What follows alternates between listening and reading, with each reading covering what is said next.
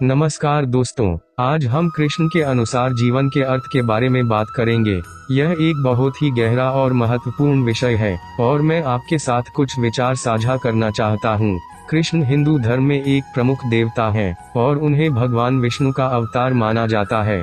वह एक महान शिक्षक और दार्शनिक थे और उनके उपदेशों ने सदियों से लोगों के जीवन को बदल दिया है। कृष्ण के अनुसार जीवन का अर्थ भगवान के साथ संबंध स्थापित करना है। हम सभी आध्यात्मिक प्राणी हैं और हमारी आत्मा भगवान का एक अंश है। जब हम भगवान से जुड़ते हैं तो हम शांति, आनंद और प्रेम का अनुभव करते हैं। कृष्ण ने अपने उपदेशों में जीवन के अर्थ को समझाने के लिए कई तरह के उपमाओं का इस्तेमाल किया।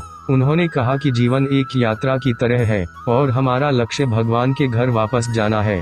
उन्होंने यह भी कहा कि जीवन एक नाटक की तरह है और हम सभी अपने अपने किरदार निभा रहे हैं। कृष्ण के अनुसार जीवन का अर्थ केवल सुख और आनंद प्राप्त करना नहीं है।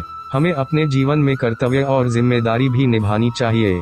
हमें दूसरों की मदद करनी चाहिए और दुनिया को एक बेहतर जगह बनाने का प्रयास करना चाहिए। कृष्ण के उपदेशों से हम सीख सकते हैं कि जीवन का अर्थ बहुमूल्य है। हमें हर पल का आनंद लेना चाहिए और अपने जीवन को सार्थक बनाना चाहिए। हमें भगवान से जुड़ने का प्रयास करना चाहिए और दूसरों की मदद करनी चाहिए। कृष्ण के अनुसार जिंदगी का अर्थ मोक्ष यानी मुक्ति प्राप्त करना है। मोक्ष वह अवस्था है जिसमें हम अपने सभी कर्मों से मुक्त हो जाते हैं और हमारी आत्मा भगवान के साथ एक हो जाती है। मोक्ष प्राप्त करने के लिए हमें अपने जीवन को धर्म, ज्ञान और भक्ति के मार्ग पर चलना चाहिए। धर्म का अर्थ है हमारे कर्तव्यों को निभाना। हमें अपने परिवार, अपने समाज और अपने देश के प्रति अपने कर्तव्यों को पूरा करना चाहिए। हमें हमेशा सत्य की राह पर चलना चाहिए और दूसरों की मदद करनी चाहिए। ज्ञान का अर्थ है सच्चाई को समझना। हमें यह समझना चाहिए कि हमारी आत्मा अमर है और यह शरीर केवल एक अस्थायी वस्त्र है। हमें यह भी समझना चाहिए कि दुनिया में जो कुछ भी होता है वह भगवान की इच्छा से होता है और हमें उस पर भरोसा करना चाहिए। भक्ति का अर्थ है भगवान से प्रेम करना। हमें भगवान से बिना किसी शर्त के प्रेम करना चाहिए। भगवान का प्रेम हमारे जीवन में सबसे बड़ी खुशी और शांति ला सकता है। कृष्ण ने यह भी कहा है कि हमें अपने जीवन में कर्मफल की चिंता नहीं करनी चाहिए। हमें अपना कर्म करते रहना चाहिए और फल भगवान पर छोड़ देना चाहिए।